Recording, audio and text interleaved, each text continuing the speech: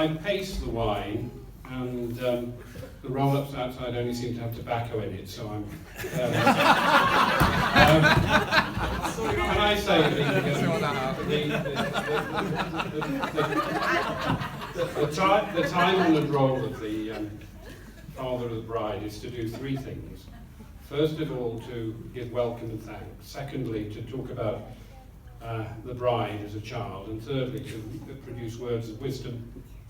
On the first, let me say that we're all grateful for the number of people who are here and how successful this event is being.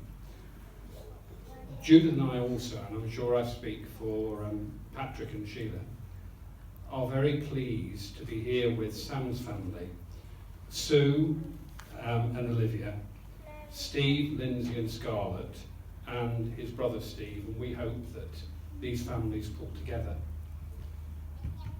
In relation to the event, can we all thank not only the organisation, but the young people who've served on the tables? Because I know from my beloved son Thomas over there, who's worked in catering, that serving in catering is a hard job, and we all want to thank them for what they've done in making this such a successful occasion.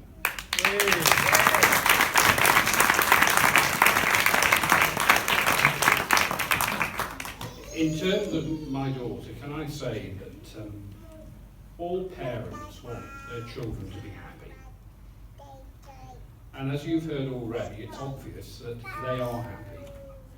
And I'm so pleased for my daughter that she's found somebody who she is genuinely and clearly in love with. And she looks lovely today. And at any time like this, without getting cheesy, you look back at your daughter's childhood and memories come flooding back.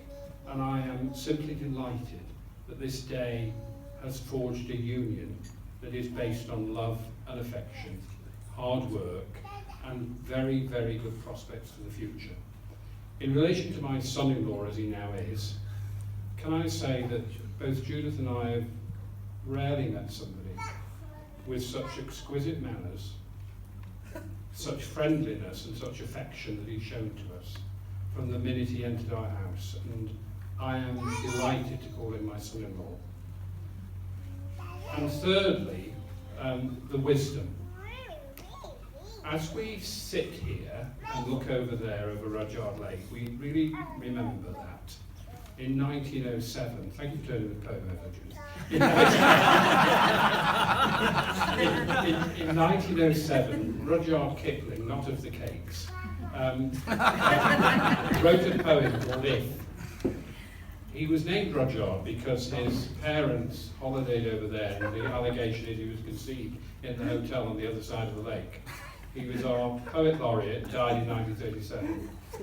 And the poem was written to his son, but I've adapted it because if I recited it to Sam, my wife would say that that was a rather sexist approach to marriage. So I've adapted it, the words, and it goes something like this.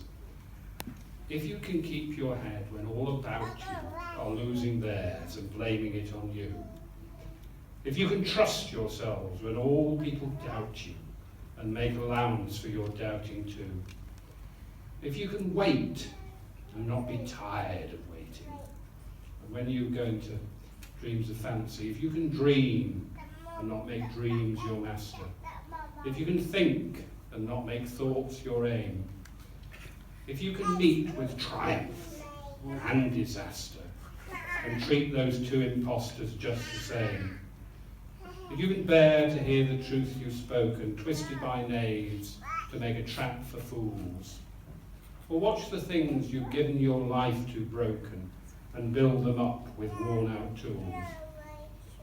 And when you want to gamble, if you can make one heap of all your winnings and risk it on a game of this and that, and lose, and start again at your beginnings, and not breathe a word about your loss, if you can make your heart and nerves and sinew serve your end long after they have gone, and so hold on when there's nothing left in you except the will to hold on.